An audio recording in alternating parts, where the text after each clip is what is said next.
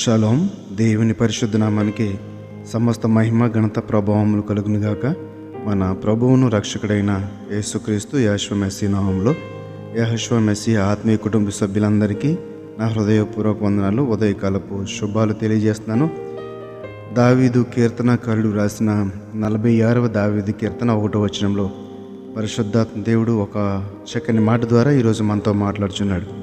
దేవుడు మనకు ఆశ్రయమును దుర్గమునై ఉన్నాడు, ఆపత్కాలంలో ఆయన నమ్ముకొనదగిన సహాయకుడు. దేవుడు మనకు ఆశ్రయమును దుర్గమునై ఉన్నాడు, ఆపత్కాలంలో ఆయన నమ్ముకొనదగిన సహాయకుడు. ఈ యొక్క మాటలో ఆశ్రయము, దుర్గము. ఆశ్రయము దీన స్థితిలో ఉన్నవారికి, ఏమీ తోచని స్థితిలో ఉన్నవారికి, అసలు జీవితంలో ఏం జరుగుతుందో తెలియని స్థితిలో ఉన్నవారికి కావలసిన ఆ గొప్ప ఆదరణ ఏంటంటే ఒక ఆశ్రయము. ఎవరో ఒకరు ఆదరించాలి, ఎవరో ఒకరు చేరదీయాలి, ధైర్యం చెప్పాలి. అయితే మనకు ధైర్యం చెప్పే దేవుడు మనకున్నాడు.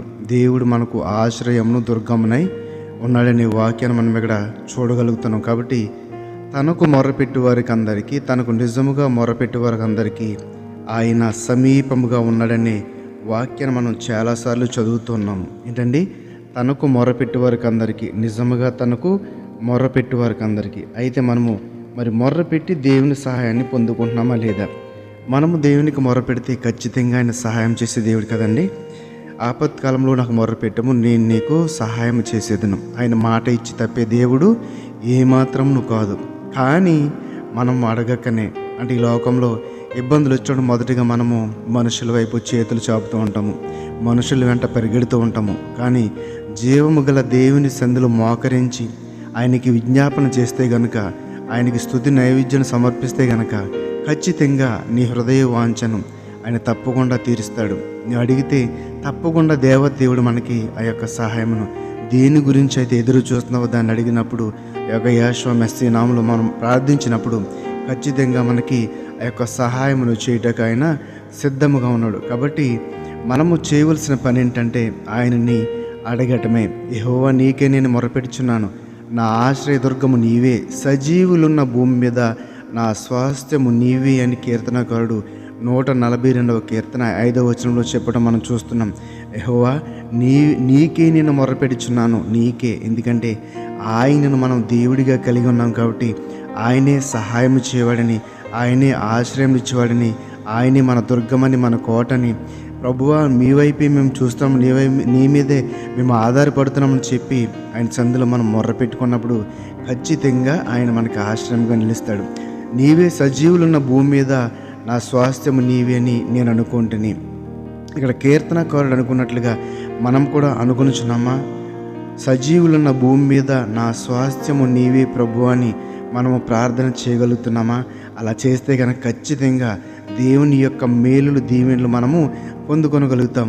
అయితే ఇక్కడ ప్రతిసారి చెప్పుకున్నట్లుగానే ఒక కండిషన్ అనేది ఉంటుంది. దేవుణ్ణి ఆశ్రయముగా పొందాలంటే, ఆ యొక్క కోటగా, ఒక దుర్గముగా, మన చుట్టూ ఒక కావలిగా ఉండాలంటే గనక మనము చేయవలసిన పనిని సామెతల గ్రంథము 18వ అధ్యాయం 10వ వచనంలో జ్ఞాని అయిన సొలొమోను ద్వారా మనకి వాక్యాన్ని చూపెడుతున్నాడు. యెహోవా నామము బలమైన దుర్గము, నీతిమంతుడు అందులోనికి పరిగెత్తి సురక్షితముగా ఉండును. దేవునికి మహిమ కలుగునుగాక. ఎవరండి? నీతిమంతుడు అందులోనికి పరుగెత్తి సురక్షితముగా ఉండును. మొట్టమొదటిగా ఏది నీతి, ఏది లేకపోతే అనీతి అనేది మనము తెలుసుకోవాల్సిన అవసరం ఉంది. కాబట్టి యెహోవా నామం బలమైన దుర్గము అని తెలుసుకుంటమే మన నీతి. ఆయనే సజీవుడైన దేవుడని తెలుసుకుంటాం మన నీతి. ఆయన జీవము గల దేవుడని తెలుసుకుంటాము మన నీతి. అయితే అలా తెలుసుకుంటే కనుక ఖచ్చితంగా ప్రభువు పాదాల చెంతకు మనము వెళతాము, లోకము నుండి వేరుపరచబడతాము. ఈ పాపం వైపు మనము చూడము. ఆ యొక్క జీవపు వెలుగును మనం ధరించుకొని, ఇక్కడ చూడ ఎంత స్పష్టంగా దేవుని వాక్యం మాట్లాడుతుందో. యెహోవా నామం బలమైన దుర్గము, నీతిమంతుడు అందులోనికి పరిగెత్తి సురక్షితముగా ఉండును. ఆ నీతి, ఆయన దగ్గరికి వెళ్ళటమే ఆ నీతి. ఆయనని సొంత రక్షకునిగా అంగీకరించడమే ఆ నీతి. ఆయన చెప్పిన మార్గంలో నడవటమే ఆ నీతి. ఆ నీతిలో నడిచేవాడికి ఇంకా పాపమే అంటుకుంటుందండి, ఈ లోక మాలిన్యం ఏమి అంటుకుంటుంది.